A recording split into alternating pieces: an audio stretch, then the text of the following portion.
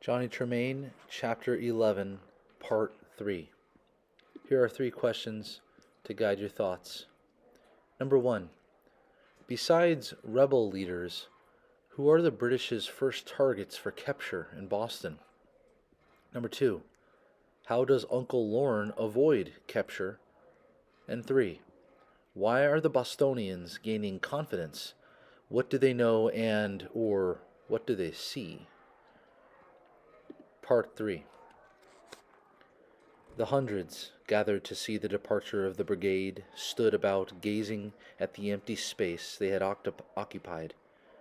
Far away, growing faint and fainter, came wafting back the last sound of the tune they played. A man, standing by Johnny, with clenched hands and head thrust down out like a bull's, said thickly, "They go out by the Yankee Doodle, but they'll dance to it before night."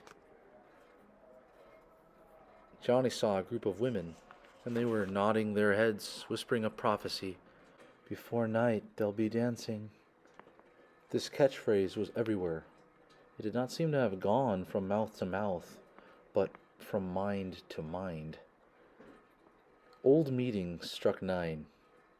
Earl Percy and his laggard brigade were gone. This day, this unreal day, in which Boston waited hour upon hour for news, any news, good or bad, was well begun. Suddenly, people were saying, "Have you heard? At sunrise this morning, over at Lexington, the British fired on us." No one seemed to know where this rumor had started, but it was everywhere. Although half of Gage's forces had left town for the battlefield, there were more officers than usual hanging about the streets and taverns, and their faces were so bland, and they reassured the people so glibly that not a shot had been fired, not a person killed, and begged all and sundry so smoothly to keep calm and go to their shops or their homes.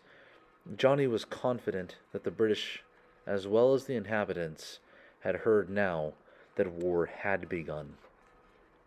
And by noon, little bands of soldiers appeared on the streets, going quickly from house to house. Too late, General Gage had given orders that the leaders of the opposition should be arrested. But the leaders were all gone.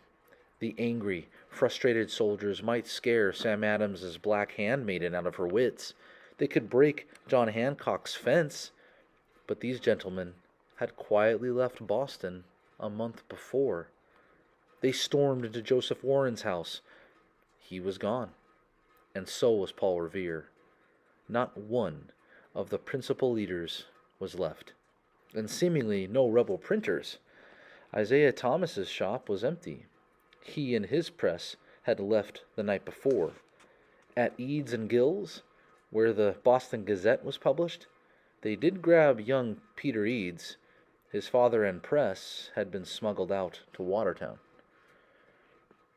Robert Newman, suspected of having hung the lanterns in Christ's Church the night before, was thrown into jail, and John Pulling, merely suspected of having helped, was forced to hide in his grandmother's wine butt.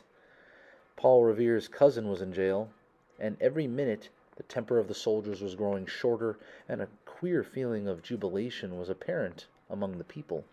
You couldn't see, you couldn't guess, why they began feeling so confident. Confidence was in the air. As soon as Johnny heard that arresting parties were on the streets, he sent a message to Uncle Lorne. Uncle had best make himself scarce. Soon after, having stood about the jail and noted exactly who was put in it, he himself headed for Salt Lane. There was not a person on the street, but at every window he saw a face. The lane itself had changed. He glanced about him and saw what was wrong. There was no little man in a blue coat observing Boston through a spyglass. The familiar sign had been torn down, stamped to kindling. The door of the shop was shattered. He went in. The presses were broken, the type pied. Upstairs, his and Rab's bed had been ripped open by bayonets. Frightened, he ran across the street. Aunt Jennifer sat in her kitchen. Half in her lap and half on the floor was an enormous feather bed. He was peacefully sticking on it. She was peacefully sticking on it a new ticking. The only unusual thing was the great number of feathers this deft housewife had carelessly spilled over her kitchen floor. Rabbit, enchanted with these new toys, was constantly picking up a feather, putting it in his hair, and saying, "Yankee do." "They've been here?" asked Johnny. "Yes." "Are they gone?" "Not one in sight." "We got your message just as they were turning down Salt Lane." The feather bed began to heave on the floor. "You can come out now," Aunt Jennifer whispered to it. Out of the bottom rolled Uncle Lorne, choked with feathers and looking more bird than human. Rabbit shrieked, "Dada!" He evidently thought his father much improved. Still trembling, for Uncle Lorne was a timid man, he kissed his wife and hugged his child. "It was all I could think of," Aunt Jennifer said to Aunt Johnny. "Mr. Lorne just stood here and said he wasn't afraid to die. I could hear the men marching down the street. It was terrible, so I just popped him in and went on sewing." "Were the soldiers rough?" "Rough. They were furious." "Good," said Johnny grimly. "That means they are really scared. Something pretty awful has happened to all those men Gage has sent out. Some of the officers may know already, but the men have guessed it, and they are running about with uniforms unbuttoned and yelling, 'If they want a war, we'll give it to them. And they won't pay taxes? We'll collect in blood.'" "You don't say. Are you sure the fight's going for us?" "Pretty sure. I was down by the ferry slip and saw a British major coming over from Charlestown. Well, he had a civilian coat over his uniform, sort of disguised, and he tore off the boat and he ran for the province house. He'd come to tell Gage Colonel Smith's and Percy's men are getting licked." "Boy, you're jumping at conclusions." "Not I. I saw his face. It was just done in and tied up with disgust.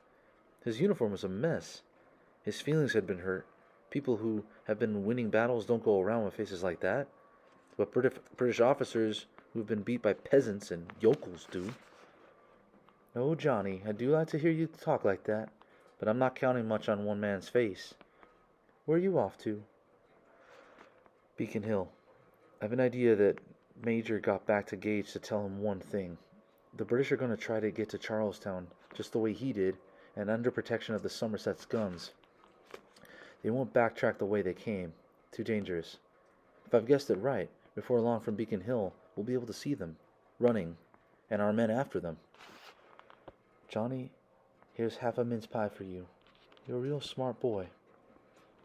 Uncle Lorne came back from the bedroom where he, with Rabbit's help, had been picking off feathers. "Even if they hang me," he said in a proud tremolo, "I will feel I have not lived in vain." He was still pretty scared. Out on the street, Johnny met officers yelling at their men, trying to get them back into their barracks, striking at them even with the flat of their swords. You couldn't say the British regulars lacked fight. All they could talk about was how many skulking cowards and damned rebels they were going to kill. In one day, all was changed in Boston. On both sides, the gloves were off, and the hands underneath were bloody. War had begun. The pastures and orchards back of Beacon Hill were crowded, and all eyes turned northward. Johnny was not the only person who had guessed that Percy would not attempt to get the remains of Smith's troops and his own brigade back through Cambridge, but only to Charlestown, where they would be protected by the Somerset's guns. Then Johnny saw running down Cambridge Road through the bushes on Charlestown Common a scurry of red ants. Had he really seen them or imagined them? But all about him people were exclaiming, "Look! There they are!" Those red ants were British soldiers. To his left, the last moment of sunset light was dying. The day had been amazingly warm, but with night a fresh breeze came up off the ocean. Lights began to glimmer in Charlestown and on warships. Seemingly there was nothing more to be seen from Beacon Hill. Silently, people turned to go to their houses. "Look!" Johnny cried. You could see the flash of musket fire, too far away to be heard. Fireflies swarming. Hardly more than that.